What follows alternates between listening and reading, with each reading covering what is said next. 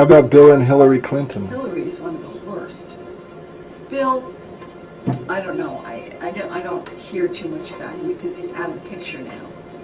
But during those the controversy with selling the ports, I reversed her, and man, I mean, she was just malevolent sounding. Very, very, really demonic. She sounded very bad.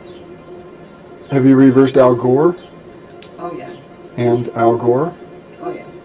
He's very malevolent also. Lieberman? Yes, he is. So all the top leadership on both the Democratic and Republican side. They're all playing on the same team. They're just pretending to be on opposite sides. A place where some business is discussed despite what they say. The business that's discussed is discussed in a little place called the underground. And that underground is spelled with a capital U and a capital N. Underground. It was there I heard George Bush talking about mass genocide. What the plans were for mind control. And it was a Bohemian Grove that my daughter and I were subjected to brutal perversions, all of which were being covertly filmed. These covert films were then used for blackmail purposes because these criminals didn't trust each other. And they all had some bad information on the other one that they kept so that they could keep each other under control. I was also taken to various CIA near-death paramilitary compounds. One was in the Lake Shasta area, but the one I was taken to most often was in Lampe, Missouri. Lampe, Missouri is this little bitty place right near the Arkansas border. Not too far from Mena Airport. And it's a place where there's a whole lot of black helicopters and where guys are programmed to carry out military operations. And it's also a place where the Swiss Villa Amphitheater is located, where different country music acts who are involved in the white slavery and cocaine operations are brought through on a regular basis. In Nashville, the country music industry had been taken over by the CIA and was being used to transport the drugs throughout the country. Later, during the mid-'80s, a guy named Boxcar Willie came on the scene. Boxcar Willie sexually abused my daughter, and she's named him as one of her sexual abusers. But he also had been an overnight sensation through an ad that he did on television. An ad on television that used certain harmonics to make people think that he was something wonderful, and he became a success overnight because it was Boxcar Willie's job for the CIA to lure the country music industry closer to this major CIA cocaine hub near Lampe, Missouri. And the country music industry was subsequently moved to Branson, Missouri, particularly the cocaine operations and the white slavery aspects of it. It was also in Lampe, Missouri that I saw Bill Clinton and George Bush together. In 1984, they were there to carry out certain perversions, as well as indulge in what they refer to as the most dangerous game. It's their favorite sport of hunting humans. It's taken from a military operation where a person fights for their life and runs for their life in an attempt to escape being hunted.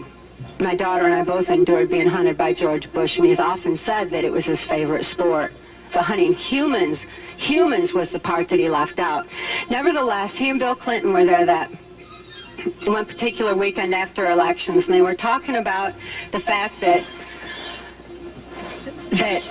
George Bush was going to be the vice president again for another 4 years. And George Bush didn't particularly like this idea. He didn't like being in the public eye at all, but nevertheless he was going to do whatever it took to usher in the New World Order. Looking back at George Bush's past, you'll find out that he was first with the United Nations. Then he became a head of our CIA. And then it was my experience to know that George Bush was heavily involved in the Order of the Rose, as was every other perpetrator that I've mentioned, including Bill Clinton and Ronald Reagan. And it's important to note the orders from the Rose were orders from George Bush. George Bush, although he may not be at the very top of this world dominance effort, is a very significant player. And it was also my experience that Ronald Reagan followed orders from the Rose, and that Bill Clinton followed orders from the Rose. On this particular day, while they were talking, Bush said what I'd heard Senator Byrd say on different occasions, that when the American public became disillusioned with Republicans ushering in the New World Order, that they would put Bill Clinton in as a Democrat to make people think there was some kind of change going on in this country, when in fact there was no change at all. Their agendas are exactly the same. And they were discussing this and laughing at how they were going to pull the wool over the eyes of the American people. I was appalled to see Bill Clinton go into the office of president, and I know that Bill Clinton is following orders, as always, from George Bush and carrying out his orders of the Rose. It was also at this Lampe, Missouri compound that I was sexually assaulted by Hillary Clinton. Hillary Clinton and Bill Clinton both are considered to be bisexual, but it was my experience, although my experience with Bill Clinton sexually was extremely limited, I've witnessed him involved in homosexual activity on several occasions, one being with my mind control handler, Alex Houston. Hillary Clinton was interested in the fact that I had been vaginally carved and mutilated.